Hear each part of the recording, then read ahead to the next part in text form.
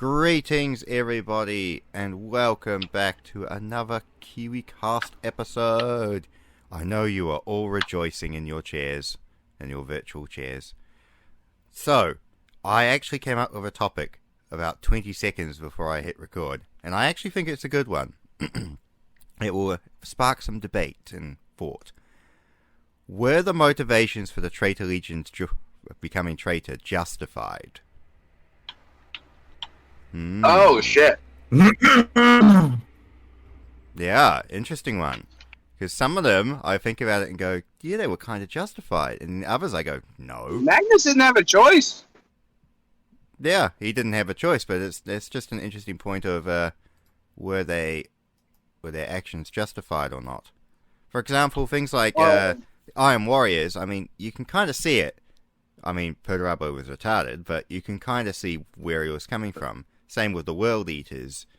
The Emperor's children were corrupted, and realistically, without the sword, there would be no reason for them to join. But it's just interesting if you look at the Traitor Primarchs and the Legions, what their motivations were for becoming traitor, and were they justified? Well, the Darkar did even have a choice. Technically. Well, they did have a choice at the beginning. Once they became Nurglified, they really didn't have a choice after that. But there was a few stories of, I think there was a Death Shroud and his little company of warriors who actually defected back to the Loyalists. Death Guard defected back to the Loyalists partway through the heresy because he realized that their side was working with demons and psychers and, you know, abominations, and he was like, nah, I ain't about that. GTFO. Yeah. So, there was a few like that. And then, of course, you had... apparently there was a couple word bearers that actually stayed loyal during the heresy as well. Can you believe that? I know there was only... Well, I know two from memory. There was the Anchorite, and then there was... I know two. Balthasar Narek. And then there was... the word bearers also started purging their loyalists a long time before the heresy even remotely started. Yeah, about 40 years before they started putting loyalists on front lines. And they'd also did it secretly as well. Yeah, they'd do things like put them in the most active war zones and harshest frontline service and get them sort of killed off that way. Okay. Because everything is Lorgar's fault. And he needs... Abduction in the middle of the night with sack over your head. No. Yep. No, it's not all Lorgar's fault. Think about it. It is Corferon and Erebus that corrupted Lorgar. Yes, those two fucks are the whole reason that Lorgar ended up being a dick. Otherwise, he would have kept fucking worshipping the Emperor even after... Otherwise, he might have just killed himself. Yeah, actually, that would have been better for all of us, kill himself. Oh, Dempsey, my ears. Yeah, you have been a bit staticky. Can even commit suicide? It's just interesting just going to Lorgar for a moment. There was... Chaos showed Lorgar some visions of the future, like if he didn't join Chaos and if he didn't stop worshipping the Emperor, and all different versions of the future. And one of the versions was he just straight up rebels against the Emperor straight after Monarchy is destroyed. And it ends with Lehman Russ and Conrad Kurz killing him, and Conrad Kurz ripping out Lorgar's heart and crushing it. Of course she did that. And then, the Wordbearer's Legion starts to retreat, and Gilliman's Legion shows up and annihilates the last of it in the void. There was also a version where he gets into an argument with Sanguinius and strikes, and Sanguinius isn't armored, he's just in his cloth, and strikes Sanguinius with his maul. Like, he doesn't kill him, he just wounds him. So Horus immediately turns around and fucking cuts Lorgar's head off with the talon of Horus. Oh shit! Yeah. Bonk. Wait, is this all while it was loyal or something? Like, what are these fan fictions? No, this is Chaos just shows Lorgar visions of the future if he takes different actions aside from joining Chaos. if he stays loyal, if he The stays. horse outright decapitates the bitch for dare laying a hand on glorious Hawkboy.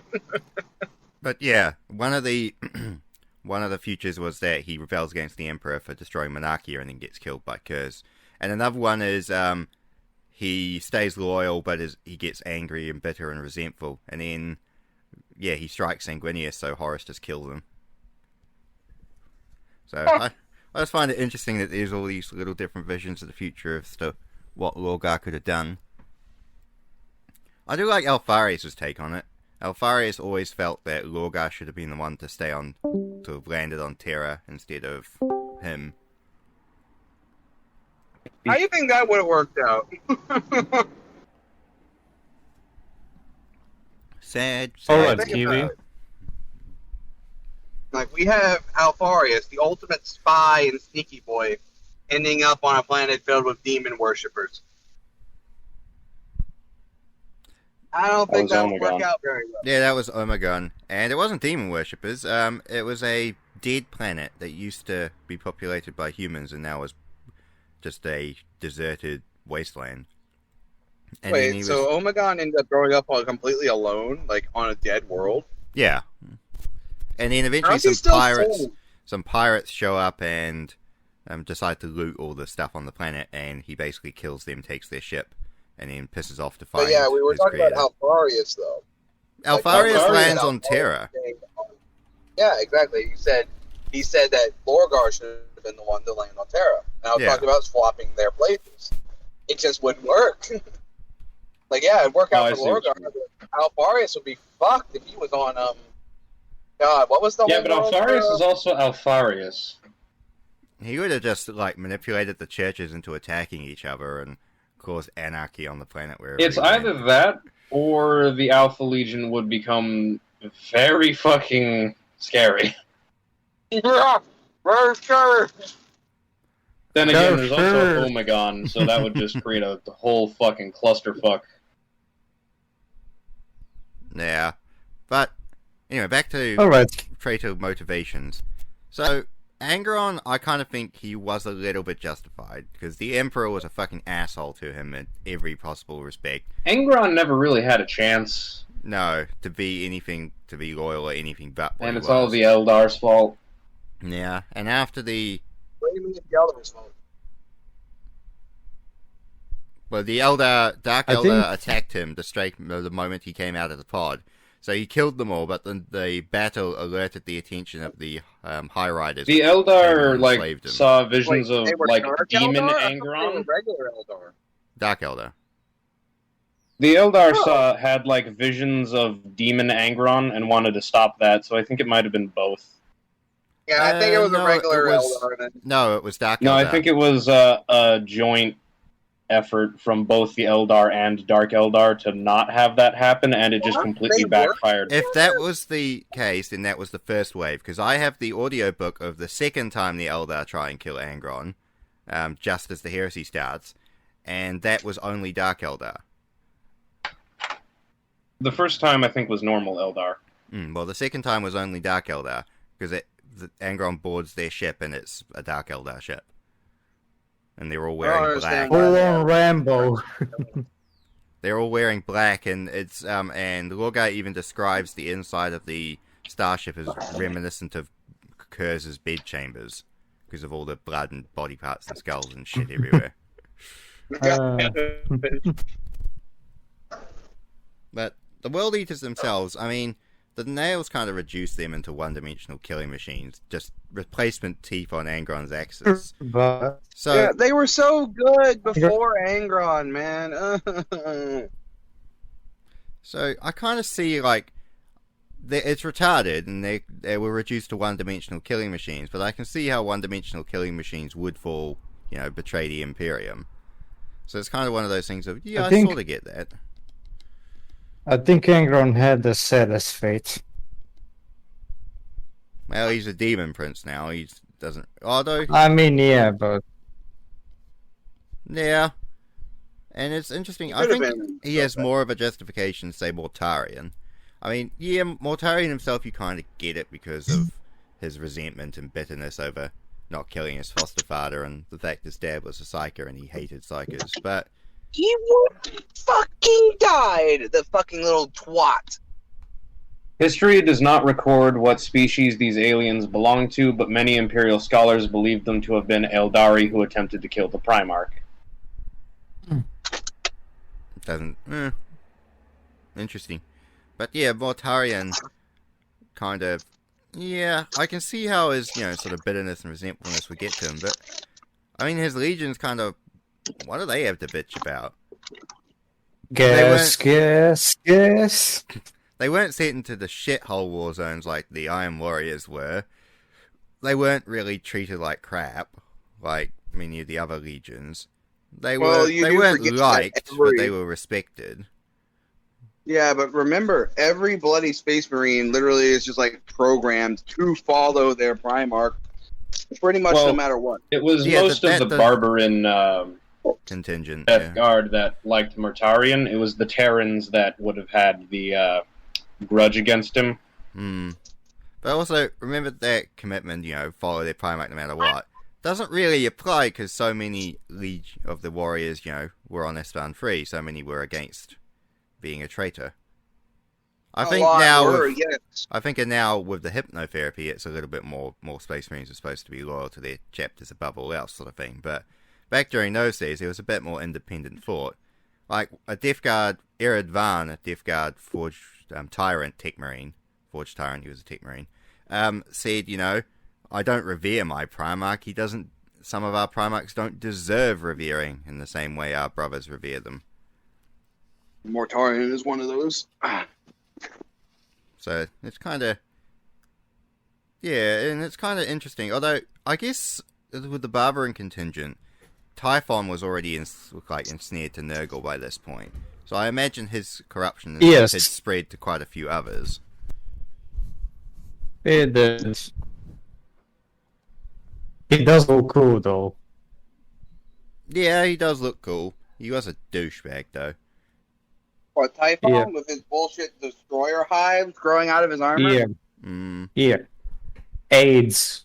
But I really felt sad around reading to Buried Dagger, because it's kind of like Mortarion was the only one who liked Typhon and trusted him and respected him and gave a shit about him. And then his reward was, I've purposely trapped you into the warp so you can fall to chaos. So you can fall to Nurgle. Trust me, it's a... Yeah, psych, trust me, it's a blessing. Me, dumbass. It's like, I'm the only one who ever liked you. And now you're being a dick to me. Have you ever wondered why people don't like you? Didn't one of the more recent 40k books, during the Plague Wars, Typhon basically just called Mortarion Nurgle's trophy wife? Yes, he did. And that he was the real champion of Nurgle. Yep.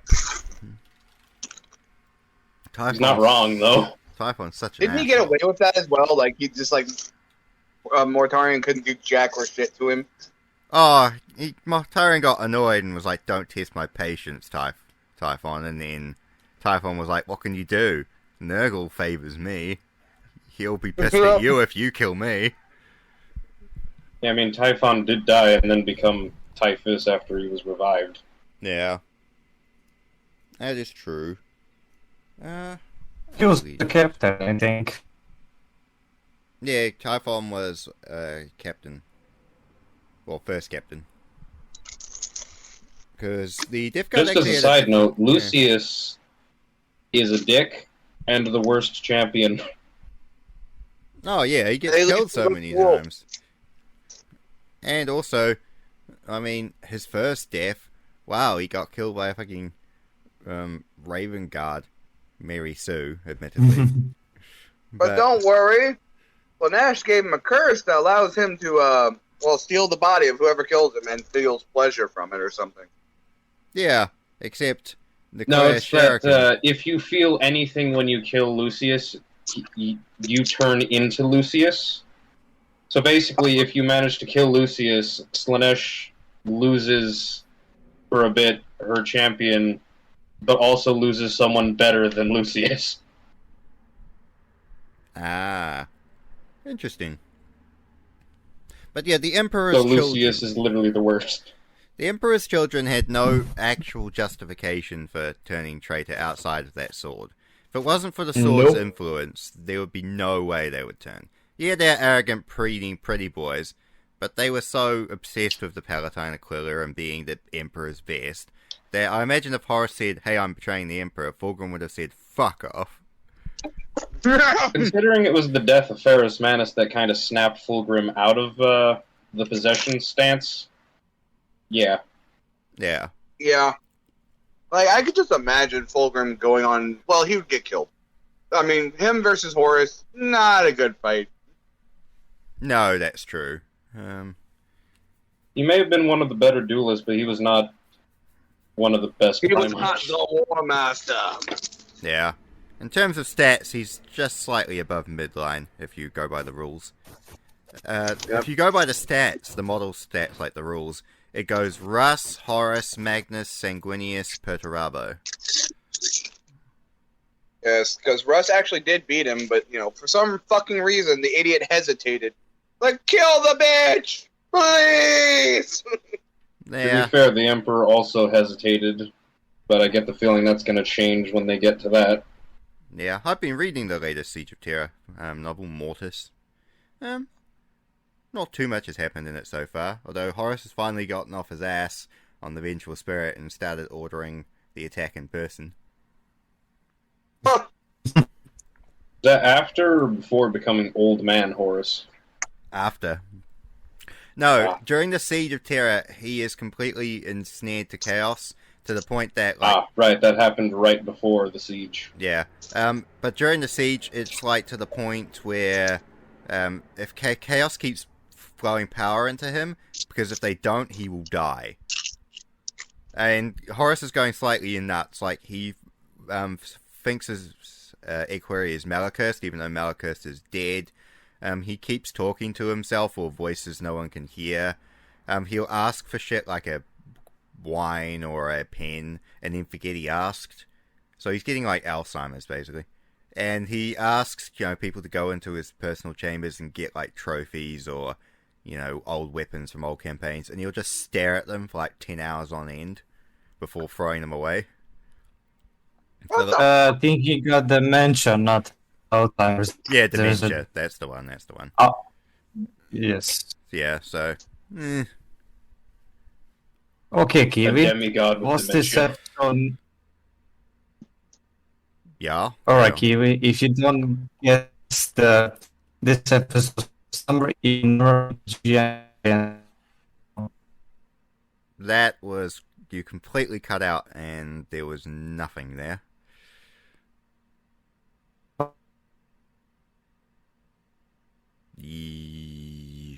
Yeah, I don't know. Is it my internet or your internet? Oh, I'm on 2 bars. Weird. do pause myself, yeah. Okay, did anyone hear that and can translate for me while I tinker with my internet? Okay, what should we talk about while we're waiting for him to fix his internet? Oh, I was going to carry on. I was going to carry on with the traitor legions and motivations and justifications and things.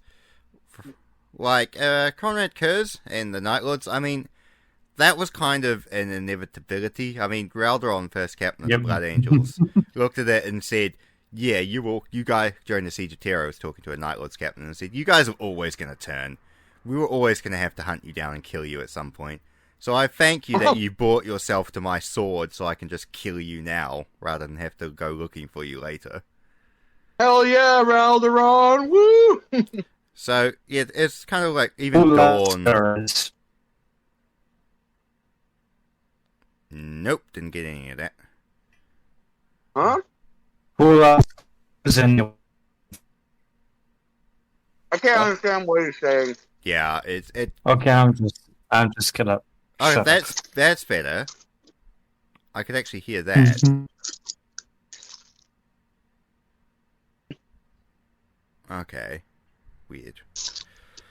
Weird. Oh yeah, the Night Lords. So yeah, the Night Lords were always gonna turn. I mean, they were recruiting from criminals. They were bypassing recruitment processes. I mean, they were creating, a legion of scum and murderers. Realistically, I mean, even if the crusade was done and everything was happy-go-lucky, I imagine there would be a purge of the 8th Legion at the least, if not the outright To be fair, destruction. it's kind of what happens when you create a terror legion, though. Yeah, that's true. Well, I mean, they weren't created to be a terror legion at first. They were. No, they literally were. Yeah, They were created to be the terror legion. What the fuck? Oh, they were supposed to be the judge, jury, executioner legion.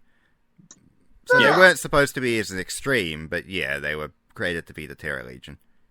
Yeah, originally the Night Lords hated what they were doing, then they basically got jaded, and then they came to enjoy it. Yep. And that's the downfall of the Night What Lords. you're doing to do something else, you fuckers. Just shoot him with the bolt gun. Why are you torturing the bitch? Well, Kerr's also really helped with that because of his weird philosophy. Like, if we kill a It's million people and skin them interesting- alive, then 10 million people will surrender. But if we fight normally, like the rest of my brothers, then we'll have to fight all 10 million. Yes, this is big brain. Yeah. It's Big interesting how many Night Lords actually cared about Conrad Kurz. Very few. Yeah. Yeah. And even Kurz himself says he hates his own legion. Like, Sevatar's talking to Kurz, and he goes, "Why do you hate us all?" And he goes, what was it? I think he's like, "Yeah, I hate you all because you're a perverted, twisted ideal of my version of my ideal, and you don't get my fucking message. If you guys understood my methods and my teachings properly, you'd look inwards, realize you're all rancid, and kill yourselves." So... Ow, fuck you, dude. No, Kurz hated his legion. He wanted them all to fucking die. Even before the heresy started. And then when the heresy started, he really wanted them all to die. Like, I imagine he would have been the... If he was, like, not imprisoned by Sanguinius and gone, if he was still in command of his legion, he would have been the type of asshole to throw his entire legion straight into the guns of the Dark Angels or the Space Wolves or something to try and get them all killed. Like, why do that when you could literally just fly your fucking idiot ships and suns into a fucking sun? Yes, because they're just going to follow that order. They would! No, they really wouldn't. They might follow that order if they were Iron Warriors, but they're selfish assholes of the Night Lords. Oh, yeah. And they're all getting what cowards. I'm talking about after all. Yeah, fly into the sun. No, and they'd all scatter and go off into a different direction. You're like, damn it! You'd have to be, hunt them you'd all have to be down. subtle about it. You'd have to be like, "Hey, there's a world full of lots of a pleasure world over here, and it is innocent and peaceful, and lots of slaves. Let's go over it." And everyone would be like, "Yeah, we can skin people." Psych! Like, it why are was we actually getting a Dark full of Angel's radiation? world. Ah. Psych! It was actually a Dark Angel stronghold. That kind of thing. The Sons of Horus So, themselves. Oh no, carry on. The Sons of Horus? Why did they turn anyway? I think they were just following Horus for the sake of following Horus. Yeah, a lot I of don't them were think anyone really- psychotically loyal to Horus. I mean, some of them were corrupted by the Chaos Warrior Lodge, and some of them were corrupted by Dabonites, when they were on Dabon. But many of them, they were actually like Horus Aximand and stuff like that, were just... Even Abaddon himself, he admits, was just psychotically loyal to Horus and the Legion. So when Horus said, "We're going to betray the Emperor," he was like, "Absolutely perfect, best decision ever, boss. The right thing to do, I'm behind you 150%. Wait, what? Wow. And, yeah, there was only and many of them the original Terrans, but a lot of the older Legion, a lot of the younger, newer members of the Legion were very heavy into the gang culture of Cathonia and stuff. But a lot of the older Cathonians and Terrans were the ones that were on Istvan free and not part of the Traitor cause. It was only about a third of the Luna Wolves that had stayed loyal. Yeah, still a decent amount, but not huge.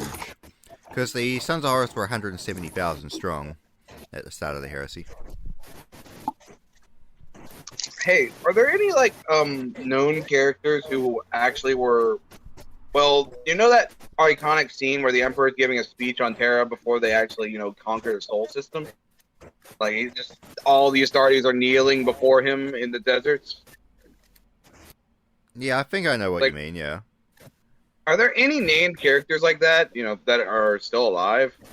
From the original Space Marines.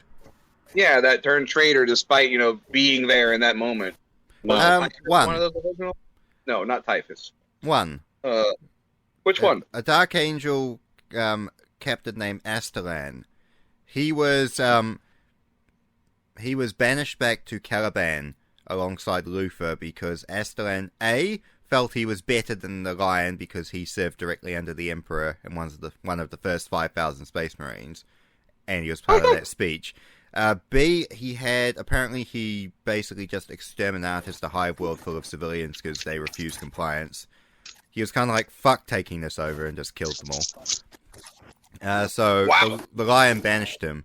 And then when Luther was like, I'm going to betray the Lion and betray the Emperor, Astalan was like, well, I'm not down for betraying the Imperium, but I'll help you betray the Lion because the Lion's unworthy. And then he was like, I will take command of the Legion when the Lion is gone because I was one of the first 5,000 Space Marines. I served alongside the Emperor, and I am better than everyone. So, yeah. I'm noticing a severe flaw with the Lion just kind of sending all of the troublemaking Space Marines in his Legion back to the homeworld to recruit more members. Yeah. Isn't that funny how that works? Why the fuck would you do this? Autism. Murder. Why, if you're banishing them, why would you banish them to the homeworld? Yeah, it looks like the Iron Warriors banished Barbarous Antioch to a back hole shithole. Not like banishing them back to the homeworld sort of thing. It is interesting how many Iron Warriors stayed loyal. Yeah, it was quite a few. They never had a chance to purge their legion like the rest of the traitors. And yeah, but it's also because they were so separated. Yeah, there were so many scattered, isolated war bands. Yeah, didn't they set up like the I don't know what the Black Templars usually do? They set up a keep on every planet they go to. Yeah, that's correct. I do like I like the Battle of Paramar. It had there's a Royalist Forge world, and the Alpha Legion showed up to conquer it, and then 3,000 Iron Warriors sort of showed up in a little fleet. And they were like, oh, awesome, you guys are here to reinforce with us. Cool. So they started attacking the planet. And then the Iron Warriors are like, fuck you. We're not traitor. No, actually, the Alpha Legion were wary as to why the Iron Warriors were there. Like, why the hell are they here? This is our planet to fuck up. Yeah, whatever. Because Horus had sent them to basically test their loyalty and stuff to the actual cause, which is why they were sent to Paramar. And then the Iron Warriors showed up, and they were like, why are they here? Are they sent here to keep an eye on us? Whatever, let's just do the mission. And then they were very concerned. And then they realized when the Iron Warriors opened fire on them. Nice. Oh. Yeah, y'all didn't have all the info this time, huh, guys? I like when Barbarous Antioch and his world... I do find it funny the Alpha Legion out-sieged the Iron Warriors, though. Well, it was most of the Alpha Legion versus 3,000 Iron Warriors. But like Barbarous Antioch... It was a grand company. They were outnumbered, but one of their specialties is siege warfare. Yeah. To be fair, and how it's many are the fucking Alpha Legion? True. The... Sneaky. Yeah, but I like Barbarous Antioch. Like, one of the Iron Warriors senior commanders shows up and goes... shows up on the world and goes, we're following Horus, we're traitor, we need your world, all of your men and all of your equipment to join us. And Antioch's like, fuck off. And he's like, pardon? He's like... And then, two dreadnoughts come out of the shadows and point autocannons at him and goes, fuck off. And then goes, we're going to, siege this world and take it over. And he goes, I'd like to see you try.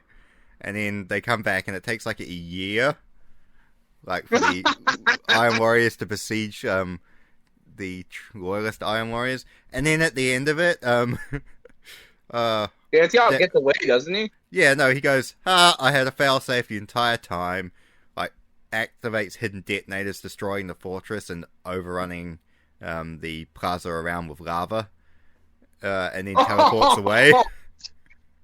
It was like, yes. So it, like, don't fuck with the siege master. It costs, like, the traders one Warlord Titan and, like, a few thousand Iron Warriors and, like, 20,000 mortal troops in a year of time. Just to take this one stupid planet of Loyalist Iron Warriors. One Loyalist Iron Warrior. Like, if Perturabo wasn't a traitor, he'd be pretty proud. Well, Antioch used to be one of Perturabo's favorites. But Antioch criticized Perturabo for basically doing a stupider plan. He was like, we're going to do a full frontal assault against these enemies. That the enemy have entropy guns. They literally dissolve our flesh, and we've lost like 20% casualties already. Do it, and then Antioch does it, comes back mortally wounded and with like his company 90% devastated, and says that was a stupid plan. So Perturabo throws a man fit and banishes him. And goes, you're no longer my favorite. Yeah, Perturabo was always a fucking asshole. I don't know why so many people like him. Fuck? The Silver Skulls are totally Ultramarines, right? Yeah, they're totally not the remainder of Barbarous Antioch's Loyalist Iron Warriors. Totally. However, the Alpha Legion, they didn't have a justification for turning traitor. They were so up their own asses, they didn't even know what the hell they were doing. Their justification was fucking retarded. Yeah, absolutely. Like, the two Primarchs were and I say this as an Alpha Legionnaire. Yeah. Well, it was the two Primarchs were contacted by a Cabal agent who basically said, like, hey, your species must take the fall so all us aliens can live. Y'all good with that? And they're like, yeah, all right. Oh, I think they were also like, what was it? They were like, this is what the secret, your plan, your dad has been working towards all the time, the destruction of chaos. But it can only happen if if humanity dies. And then they're like, well, if it's what Dad would have wanted, then we'll do it. Bro, why don't you fucking ask Dad yourselves, you fucking dumbass cunts? To be fair, based on the dialogue of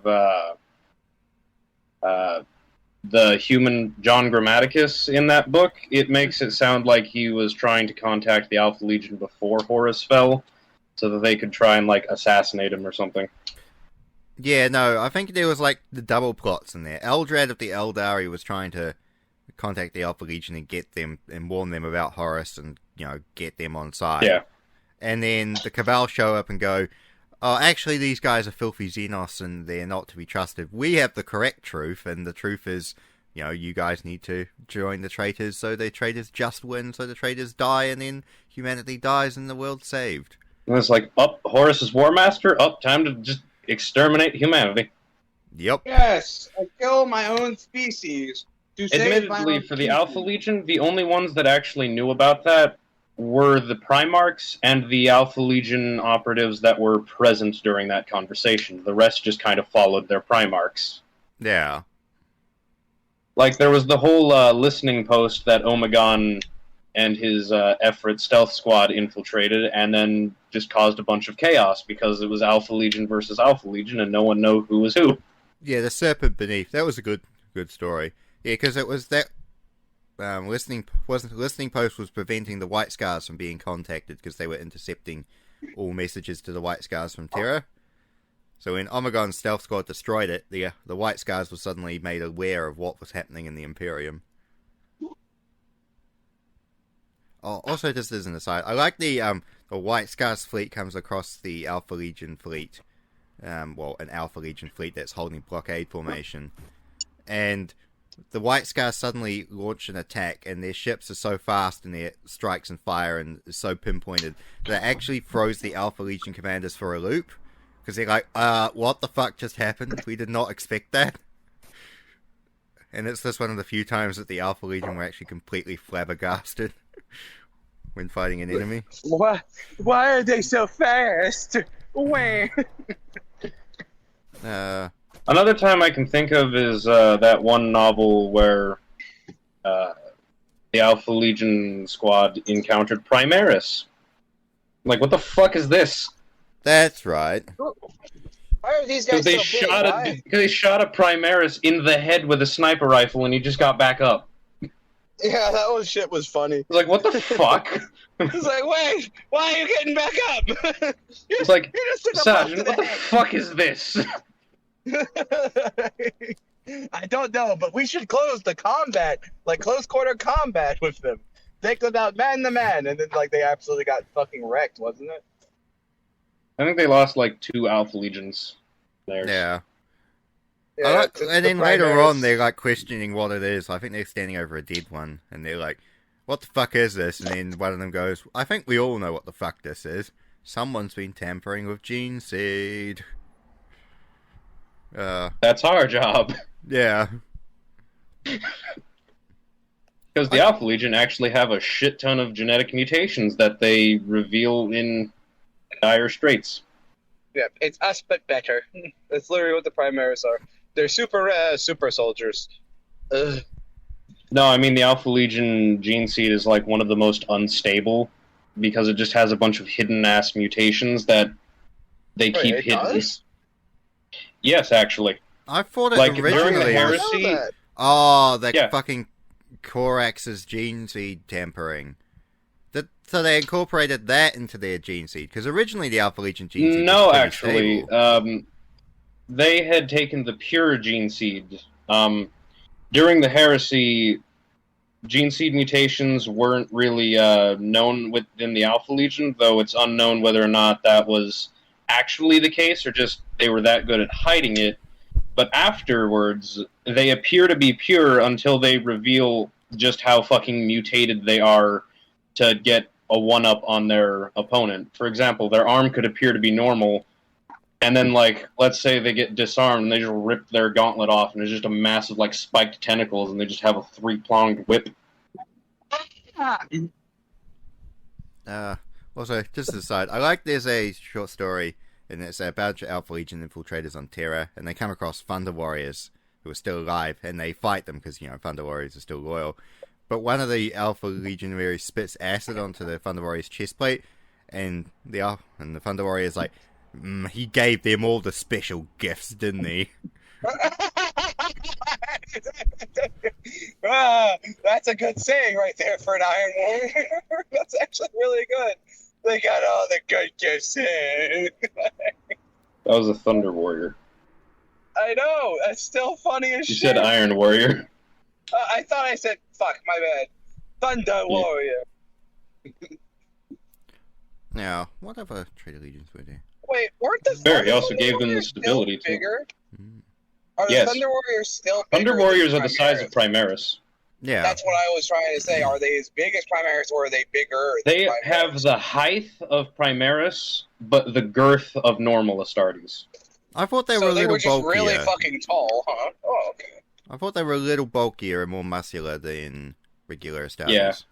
That's what I thought. I thought they were like, you know, just literal fucking giant Goliaths.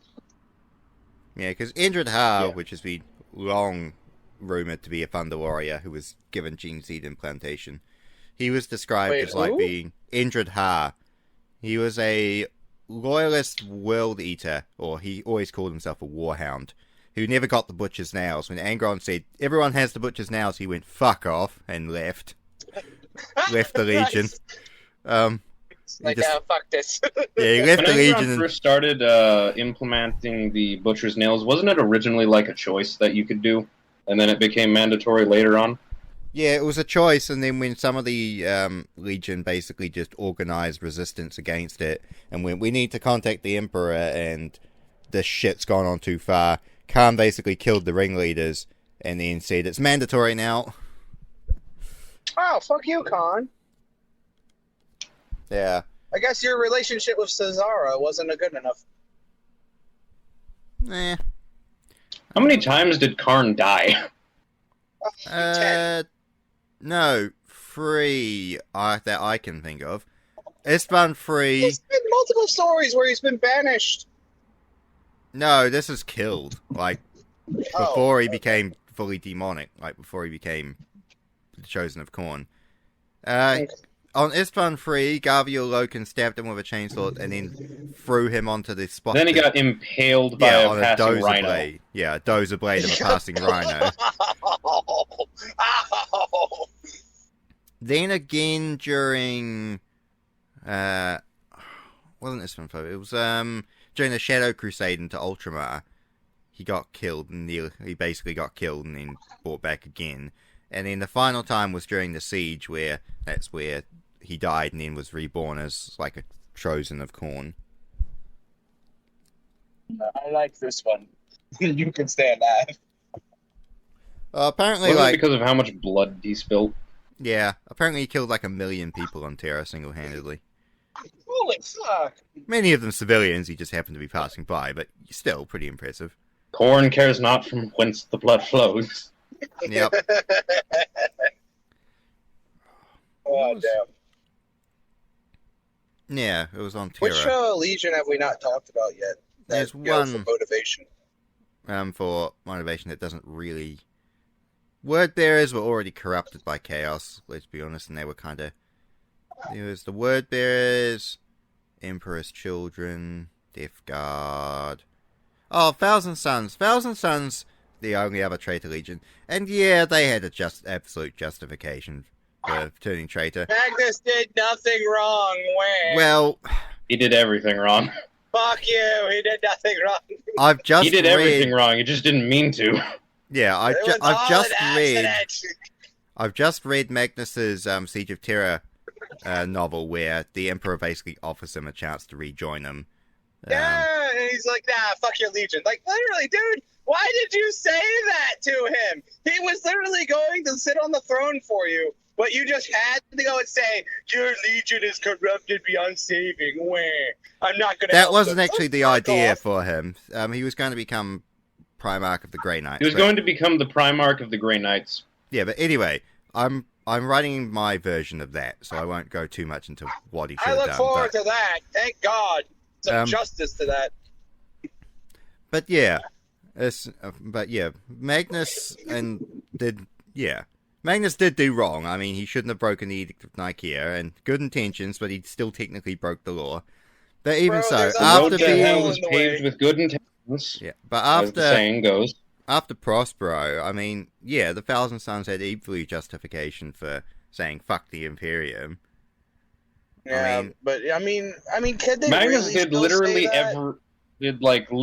handled every situation the incorrect way. Yeah, but like, did Russ really give him a choice? Like, yes. Literally, like, yes, he did actually. No. Yes, when the Space Wolves, Custodians, and Sisters of Sight. No, they didn't. No, they didn't. When they arrived, they tried to hail Magnus, and no one responded. Yeah, they kept trying to hail Magnus and say, we need to talk about this. And Magnus wouldn't pick up the phone. He disconnected all communications and wouldn't answer any messages. They even tried using astropaths and stuff to talk to him, and nothing was happening. Russ kept wanting to try and talk to him, but Valdor was like... Russ was originally against the idea of going down there and just attacking, but wasn't it Valdor that talked him into it? Yeah, Valdor. Fucking pretty asshole. Fucking really? Yeah, Valdor talked him into it. And then with Horus's orders to kill him... on his ears as well. He was like, well, Valdor and Horus say I should kill him, so I have no choice but to kill him. Yeah, Russ hated doing the burning of Prospero there. Like, really fucking hated it. And then afterwards, he regretted having doing it. Although he did crone about how awesome he wasn't killing Magnus, but which Dawn called him out for. But he said, yeah, it was a good kill. I am proud of it, but I shouldn't have done it in the first place. It was a good kill, yes. I slashed my brother and then lifted him up above my head and brought him down upon my knee. I'm so good. Fuck you, Russ. Also, he kind of cheated by having his two wolves as backup. Oh, his wolves actually attacked him as well during the fight? Yeah, his two wolves attacked Magnus during the fight. That's not fair. I've seen people make the whole theory that, all the Primarchs are some level of psychers. They are. Yeah, that's very old lore. that they were. Like, it was second edition lore or something that all Primarchs were actually psykers in a way. They Yeah, but all I mean, have like, certain psychic potential. but I've seen people like try and make a connection that Russ is actually like a secret psyker. I don't know about that. Because you know how Magnus can change his height, Yeah, grow to insane levels of size. yeah. I have not read the book yet, but I've seen people make mention that Russ was the like Astartes that would like see into the like a blizzard where the two fought or something like that, and Russ was actually matching Magnus in height. Is that a thing that happened or no? No. There's no reference of Okay. it. I mean, there's Primarchs have their aura and how they and other people perceive them. Like, in which they can turn on and off and intensify or not. So they can turn it down to really low and most humans will just see them as, you know, a Primarch, a giant human. Or they can turn it up to maximum and people will be blinded by the sight of them. Demigods. And see them as, like, you know, demigods, basically. So there's kind of that aura about them, but there isn't anything. Maybe that was from a physical, different book or something. I don't know. Yeah, anything about physical size. Interesting. Interesting. Anyway. But yeah, I do like Russ, just as a side note. He wasn't really a psychic, but I like how Russ hid his... He was actually incredibly intelligent and witty and, like, very clever, but he just hid it. Part. Yeah, he just played the part. Of the When Russ met Horus and was separated from his legion, he basically stopped acting like a barbarian, but he still had just a few of the mannerisms. Like, hello, brother. I learned your language. In like 3 Like, he days. stopped being like ultra tense and like hunched over, ready to like, you know, attack something, and just like stood up straight and acted normal. Yeah, apparently a few people have seen through that veneer. Like, Garvia Loken noticed it. Like, as he was talking, like, he was really focused on Russ, and then he looked at him and realized, hang on, this barbarian you're fucking smarter than you've let on.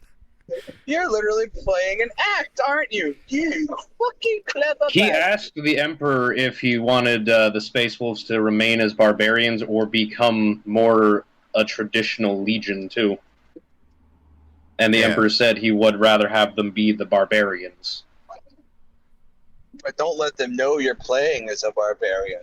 And Sanguinius actually made the connection as well. He said it was quite fascinating, like, when he was comparing himself to Russ.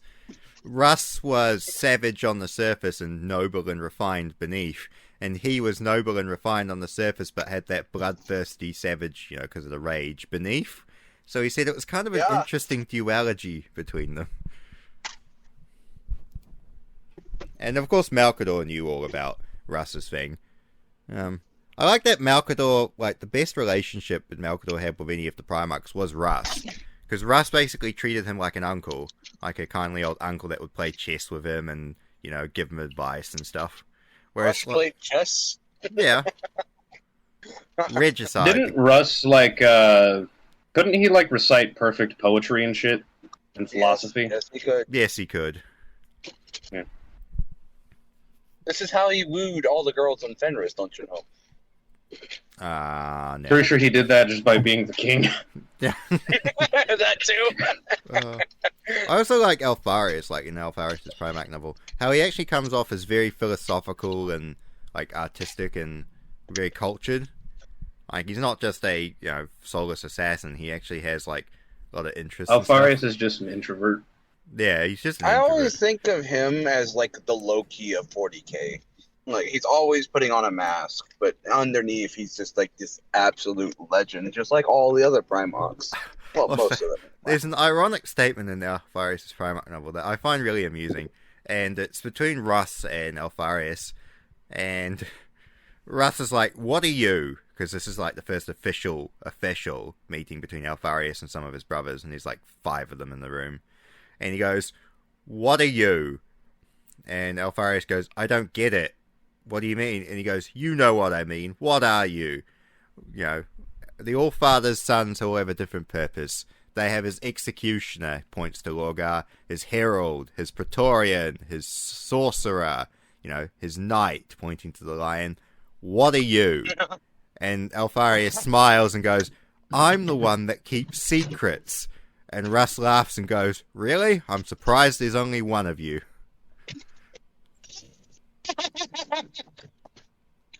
He knows! He knows! No, He knows!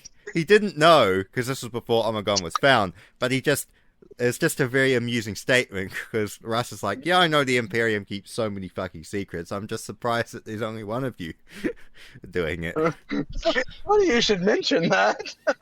To be fair, the Space Wolves are one of the few legions that the Alpha Legion actually can't infiltrate. No, they can't. Yeah, because no one can play the part of a barbarian better than a space. No, it's actually because of the gene seed of the Space Wolves. Oh yeah, the curse of the Wolfen. Wait. No, they can literally smell out Alpha Legionnaires when they try and infiltrate them. Holy shit! Wait, what? Like they can literally, it's because of the pack mentality and shit. And like they can the Alpha Legion basically just can't infiltrate them at all. Unless they use, like, Space Wolf Gene Seed. Wait, you can swap Gene Seed? Like, unless they, make an operative out of a Traitor Space Wolf, or use the Gene Seed recovered from Space Wolves. Yeah, exactly. But even then, it only works on Fenrisians, so... Yeah, you can't implant, someone else's prod nodes over someone else's prod nodes. Like, once you're an Ultramarine, you're an Ultramarine. You can't become a White Scar. Yeah, but you can create a new recruit. Actually, that can. What? I thought you could not. I have heard of swapping progenoids, just not the actual gene seed organs. And then there's the ones that are rumored to be chimeric and shit. Yes, like the Minotaurs that are apparently a perfect fusion between Iron Warrior and Angron's World Eaters. Well, the Kakaradons. The Warhounds were different. The Kakaradons, which are a fusion of Raven Guard, Night Lord, and World Eater gene seed. Oh, so they're a triplet. Yeah. I was just aware of the Night Lords and Raven Guard. No, if you... The Night Lords said that the Kakaradons were more ferocious and vicious than they were. Yeah, because that's because they have World Eater gene seed in amongst them. I could see it. Yeah. It's quite interesting that, but yeah, they're a chimeric sort of fusion. I wonder how many chapters exist nowadays that are actually remnants of, like, Black Shield companies from the Heresy. Quite a few. Some of them were turned into independent companies after the Heresy. They weren't given official chapter status if they were under strength. But many of them were actually incorporated into the Ultramarines, basically. Or other legions. And just sort of carried on. As just a side note with the Kakaradons, Tiberos the Red Wake is fucking terrifying. Like, he's literally twice the size of a normal Space Marine. Yeah.